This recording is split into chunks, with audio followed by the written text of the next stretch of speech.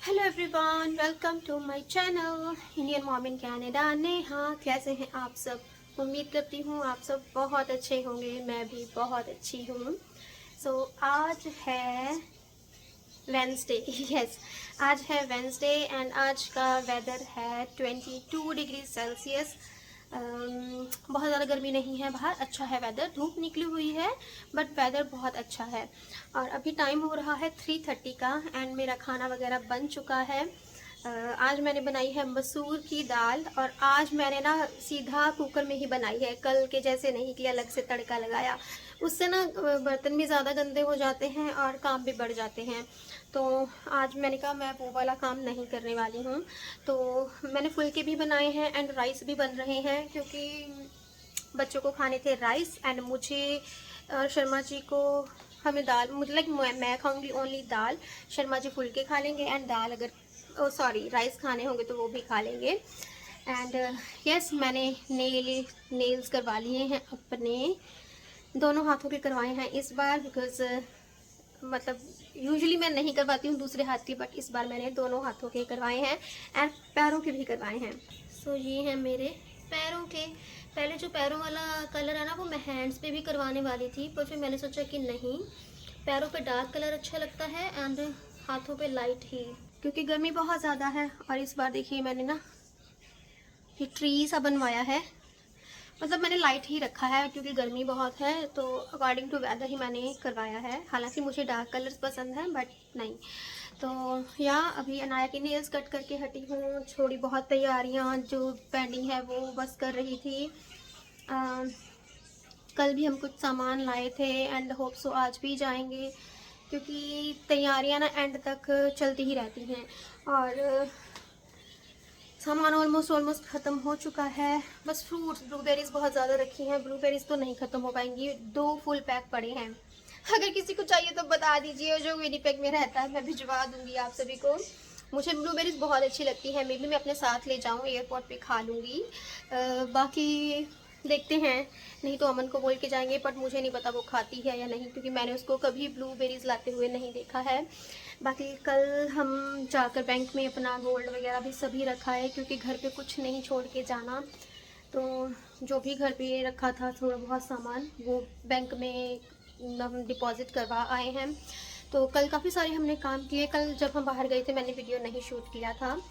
कल हम कॉस्को भी गए थे, कल हम डॉलर स्टोर भी गए थे, हम बैंक भी गए थे, वॉलमार्ट जाना था, बट फिर ना थकावट इतनी ज़्यादा होने लगी, मैंने शर्मा जी को बोला कि अब घर चलो। मैंने ना लंच नहीं किया था और फिर बस घर आ गए। मैंने कहा तो मतलब अभी इतना ज़रूरी वाली चीज़ें नहीं हैं, बस ये है कि अगर हाँ शर्मा जी आज बोलेंगे तो चली जाऊँगी, नहीं तो दैट्स फाइन। ये है मेरी अनाया। ओके ओके, वॉच करो। आज मैंने इसका हेड वॉश करवाया है। अभी मैंने ना इसका आज हेड वॉश करवाया है। मैंने कहा कि इसका ये काम हो जाएगा, फिर बाकी बस इंडिया जाके ही करूँगी अब, क्योंकि मैं 1 वीक तक ही इसके बाल वॉश करती हूँ। चावल भी बन गए हैं, ये देखिए। अभी इसको हटा देते हैं हम। चलिए जी, चावल रेडी एंड दाल भी रेडी हो गई होगी। मूंगली और मसूर की दाल है, 1 सीटी में बन जाती है। 1 सीटी से पहले ही बन जाती है, मैंने 1 सीटी भी इसमें आनी नहीं दी। जब लगा ना सूं सूं करने लगी, मैंने बंद कर दिया था। ये डिशेस का पहाड़ ये हो रखी हैं डिशेस में, इसको मैंने लगाना है। सिंक में कोई डिश नहीं है। अभी ना पानी की प्यास लगी है, पानी पीती हूँ।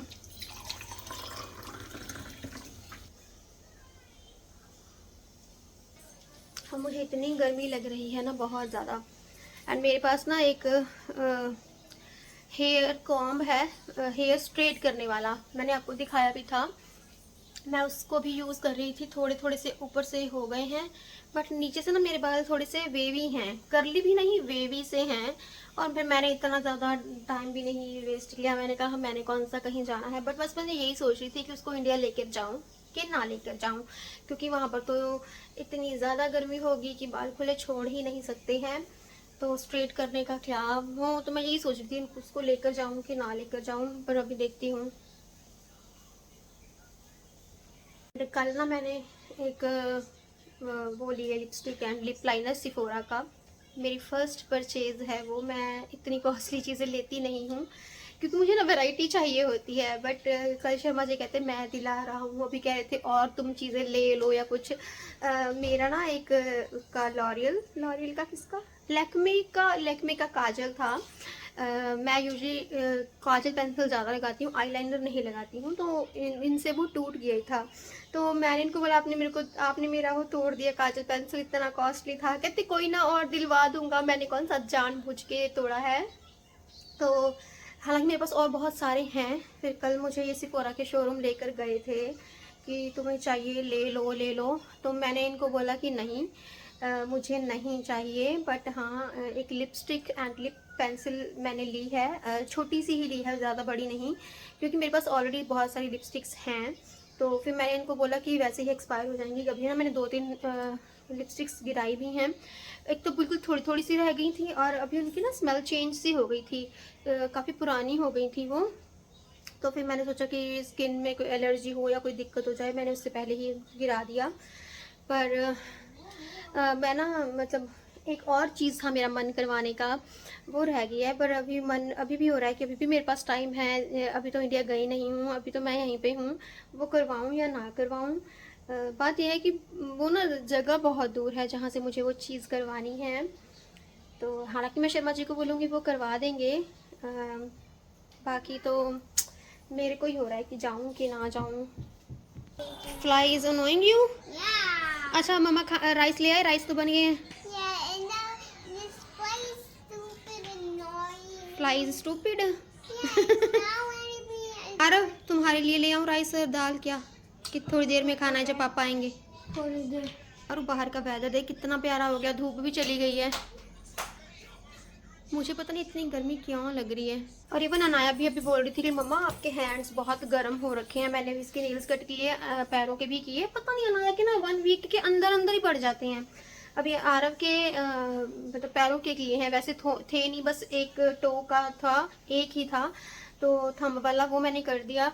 तो पता नहीं खा जाता है नेल्स, क्या करता है। कहता मम्मा मैं पैरों के भी रिप कर देता हूँ, मुंह से खा के तोड़ देता हूँ। हालांकि इसको इतनी बार समझाया कि ऐसा मत किया करो, बट सुनता ही नहीं है, मानता ही नहीं है।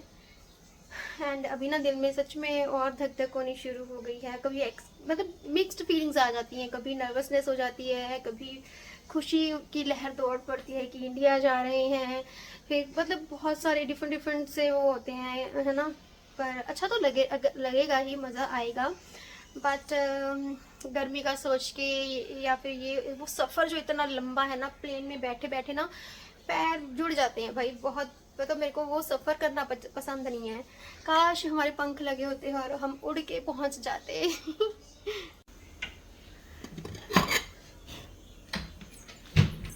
अनाया को राइस देते हैं, क्योंकि इसने तो दाल नहीं खानी। क्यूकम्बर साथ में नहीं खाना अनाया को। अभी राइस बहुत ज़्यादा हॉट है, ध्यान से खाना, ठीक है। क्यूकम्बर ले आऊँ? नो, गुस्सा क्यों करती हो। अभी कुकर खोलते हैं। देखिए आज बाहर से बिल्कुल नहीं गंदा हुआ। तो मेरे को ना इसी तरीके से खाना बनाना अच्छा लगता है, दाल वगैरह बनाना। अगर पहले सीटियाँ लगवाती हूँ ना तो सारा मैसी हो जाता है। दाल हमारी रेडी हो चुकी है, एग्जॉस्ट बंद कर देती हूँ और आपको डाल देती हूँ मैं भी।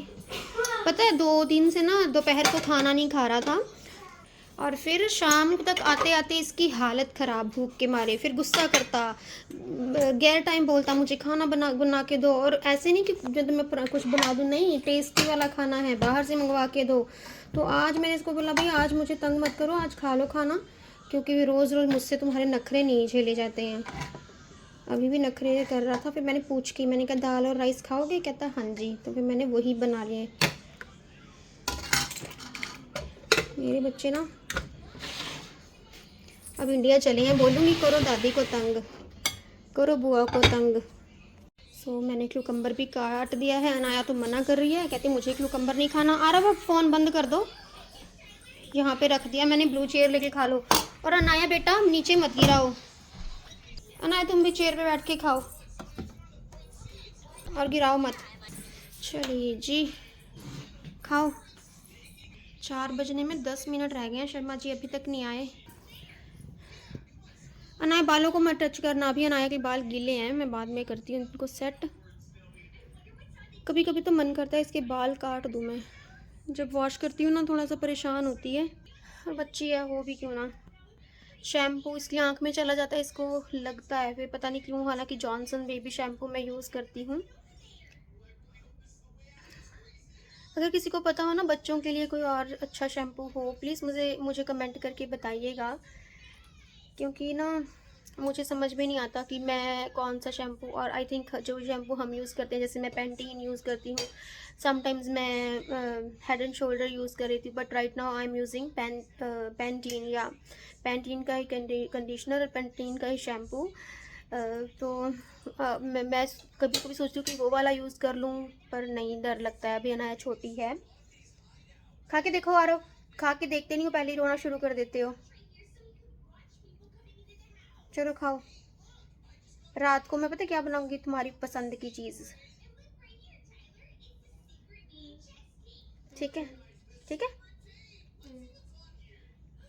रात को बना दूंगी पनीर, ठीक है। ये खा लो मेरा बच्चा। आरो तेरे बाल नहीं कटे हुए, या तो तुम इंडिया जाके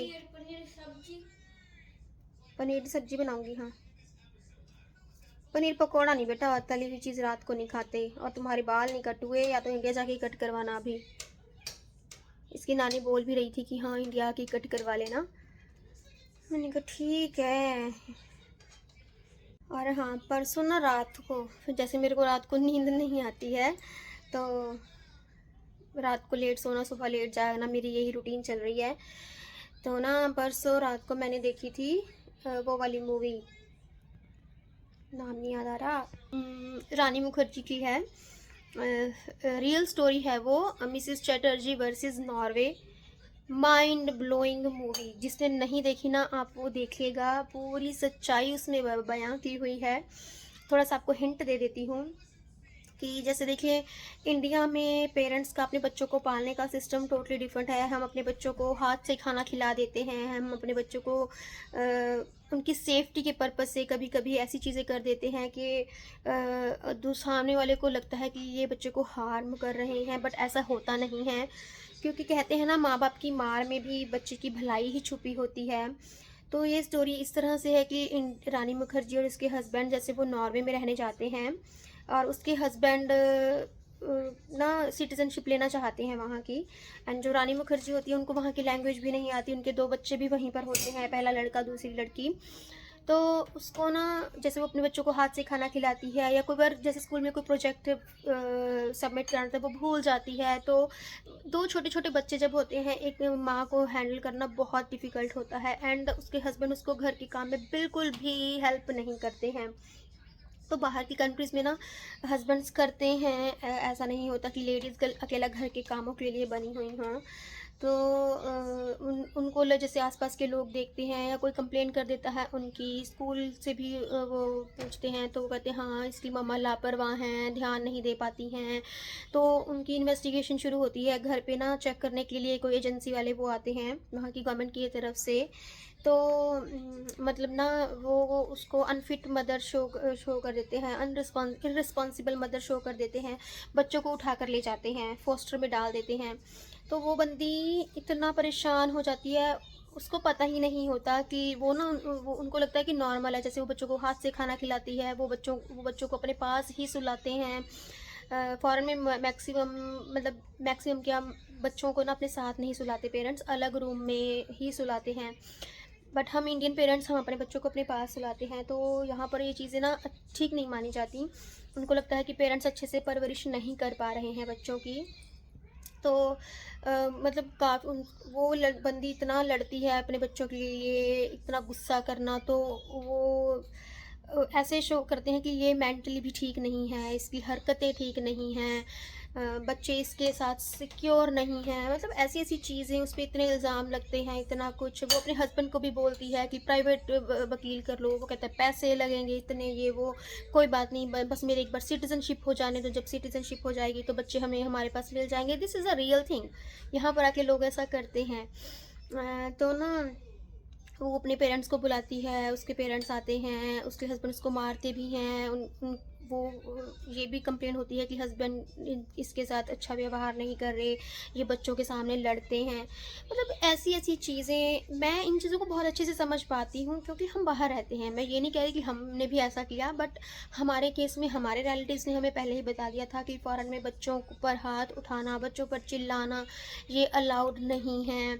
ऐसी कोई भी चीज़ नहीं कर देनी इलीगल कि बाहर से कोई लोग देखें वो आपकी कंप्लेन कर देंगे। आपको पता भी नहीं चलता, मुंह पे इतने मीठे होते हैं, इतने मीठे होते हैं, पर आपकी वो कंप्लेन करने में बिल्कुल भी संकोच नहीं करते। उनको लगता है कि ये बच्चों को हार्म पहुंचा रहे हैं, बिकॉज उनको नहीं पता होता कि इंडियन पेरेंट्स ऐसे ही अपने बच्चों को पालते हैं। वो कहते हैं हाथ से खाना क्यों खिलाती है, वो अनहाइजीनिक होता है ना। तो 5 महीने की लड़की होती है, उसको उठा कर ले जाते हैं, और लड़का आई थिंक 5 साल का या 5-6 साल का, इससे छोटा ऐसे ही होता है। 6 साल को तो नहीं होता, छोटा ही होता है। तो उस लेडी की कहानी दिखाई है, रानी मुखर्जी ने बहुत अच्छी एक्टिंग की है। उसको बुद्धू बनाकर इंडिया भेज दिया जाता है। एक्चुअली वहाँ पर कहते हैं एक स्कैम चला होता है, क्योंकि बच्चे, गवर्नमेंट जो होती है बच्चे के लिए जो मनी देती है वो काफ़ी ज़्यादा फंड काफ़ी देती है। अगर पेरेंट्स से बच्चा लेकर फोस्टर पेरेंट्स को दे दिया जाता है तो वो मनी ना जो वकील वगैरह होते हैं, मतलब सभी आपस में बांट लेते हैं। स्कैम चले हुए होते हैं, अंदर की बातें हमें नहीं पता होती। तो वो बंदी अपने बच्चों को ना चुरा के भी ले जाती है एक बार फॉस्टर में से, पर पकड़ी तो जाती ही है ना। सो उस पर और चार्ज लग जाते हैं कि इसने मतलब बच्चों को चुरा लिया। भाई वो कहती है, मतलब वो पता है क्या बोलती है, कहती है माँ ने बच्चों को चुराया। एक माँ, मतलब माँ के ही बच्चे, वो अपने बच्चों को चुरा कर लेके जा रही है। तुम लोगों ने चुराया था मेरे बच्चों को मुझसे। मतलब जब उनके घर में से लेके गए थे ना, वो बंदी दूसरे कमरे में कुछ लेने गई थी और वो उठाकर भाग गई थी, जो 2 लेडीज़ इंस्पेक्शन करने के लिए आती थी। तो वो होता है चुराना, पेरेंट्स को बिना बताए उनके बच्चों को ले जाना, ना कि माँ ने अपने बच्चों को वहाँ से लिया, वो चुराना हो गया। वो बंदी इतनी परेशान है ना, बहुत। और ये रियल स्टोरी, बंगाल की लेडी थी वो, चैटर्जी इंडिया चली जाती हैं। एट द एंड उसके हस्बैंड भी मिल जाते हैं। वो कहते हैं कि हाँ इसकी मेंटली हालत ठीक नहीं है, बच्चे इसके पास सेफ नहीं है, उन्हें बच्चों से कुछ लेना देना नहीं होता, वो उसको भी छोड़ देते हैं। पर वो बंदी जब इंडिया में केस चलता है ना, तो नॉर्वे का वो वकील वो भी इंडिया में आ जाता है केस लड़ने के लिए, क्योंकि उसे पैसे मिल रहे होते हैं, मनी मिल रही होती है। बट एट द एंड ना जो जज होते हैं, जो रानी मुखर्जी की तरफ से लेडी लड़ती हैं, वो इतनी अच्छी अच्छी चीज़ें रखती है सामने कि कमाल है ना। तो फिर केस रानी मुखर्जी जीत जाती हैं, और बच्चे रानी मुखर्जी से, अपनी मदर से इतना ज़्यादा प्यार करते हैं। जज भी देखते हैं, और जज को पता चल जाता है कि एक माँ के पास बच्चे अगर सिक्योर नहीं होंगे तो फिर दुनिया में बच्चे कहीं भी सिक्योर नहीं हो सकते। क्योंकि माँ जो दुख तकलीफ से बच्चों को पालती है, जन्म देती है, 1% तो समटाइम्स ये होता है कि हस्बैंड भी नहीं समझ सकते, फादर भी नहीं समझ सकते। दिस इज़ द रियलिटी है ना। तो फिर वो जो फैसला होता है वो उसके हक में ही होता है। वो कहते हैं कि कानून, जज खुद बोलते हैं कि समटाइम्स चीज़ें इतनी इमोशनल और अच्छी होती हैं या इतनी टची होती हैं जो बच्चे की बेनिफिट के लिए हो, मदर के बेनिफिट के लिए हो, तो हमें कानून को पीछे छोड़ना पड़ता है। तो वो ना नॉर्वे का कानून नहीं मानते हैं, वो सभी चीज़ें रद्द कर देते हैं और बच्चे उसके पास चले जाते हैं। और ये ना एक रियल स्टोरी। तो वो बंदी, मतलब मैं हैरान, मैंने कहा वाह, अपने बच्चों के, वो बंदी एंड तक अपने बच्चों के लिए लड़ती रही कि हस्बैंड छोड़ दे, बट मैं अपने बच्चों को नहीं छोड़ सकती। तो दिस इज़ अ रियलिटी। माँ एक ऐसा वो है ना कि माँ अपने बच्चों को जितना प्यार करती है ना, दुनिया में और कोई नहीं कर सकता। ये मक्खी ना एक अंदर आ गई है, बड़ा परेशान कर रही है यार, इस मक्खी का कुछ करो। तो ना ये रियलिटी है, अभी फिर मेरे पास आ गई। तो स्टोरी इतनी हार्ट टचिंग, मैं जितनी बार ये मूवी देख रही, मतलब जब तक मूवी देख रही थी, बीइंग अ मदर, मैं इतना रो रही थी, इतना मेरी अनाया मम्मा क्यों रो रही हो, आरा मम्मा क्यों रो रही हो। मैंने कहा बस तुम चुप रहो, वो इमोशंस मैं अपने अंदर कैसे इकट्ठे करके रखूँ। वैसे भी मैं बहुत इमोशनल हूँ, किसी का दुख देख के मुझे कुछ होना शुरू हो जाता है, तो मैं पूरी स्टोरी में वैसे रोती रही। अब देखिएगा, मूवी बहुत माइंड ब्लोइंग है। शर्मा जी ने मुझे बताई थी, जब उन्होंने मुझे दिखाई ना, मैं इनको बोलूँ हाँ देखो यही रियलिटी है, हम जैसे लोग हम बाहर आकर फंस जाते हैं, बच्चों के भले के लिए भी कोई बात बोलते हैं, बच्चों को कुछ कह नहीं सकते। तो ये ना, ये कहते बाबा तुझे नहीं दिखाता मैं, तुम तो रोगी और तुम अपने ऊपर ले लेती हो हर चीज़, मैं तुम्हें नहीं दिखाने वाला।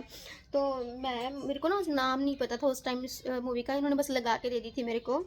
फिर मैंने ना नेटफ्लिक्स पे देखी थी मैंने। मैं नेटफ्लिक्स पे जाके ना मैंने सर्च में डाला रानी मुखर्जी की लेटेस्ट मूवी, वो पॉपअप हुई तो मैंने देखी। आ रहा भी खराओ, मम्मा खाना खिलाए, आओ जल्दी। तो आप ज़रूर से देखिएगा। एंड अभी मैंने एक और सीरीज़ शुरू की है, वो भी बड़ी अच्छी सीरीज़ है, अभी कंप्लीट नहीं हुई है, बस शुरू की है, कंप्लीट कर दूँगी। तो बस ये था मेरा आज का ब्लॉग, क्योंकि इसी के साथ ये ब्लॉग बहुत लंबा हो रहा होगा। मैं मिलती हूँ आपको अपने नेक्स्ट ब्लॉग के साथ। Till then bye, stay happy and healthy and yes, thanks for watching.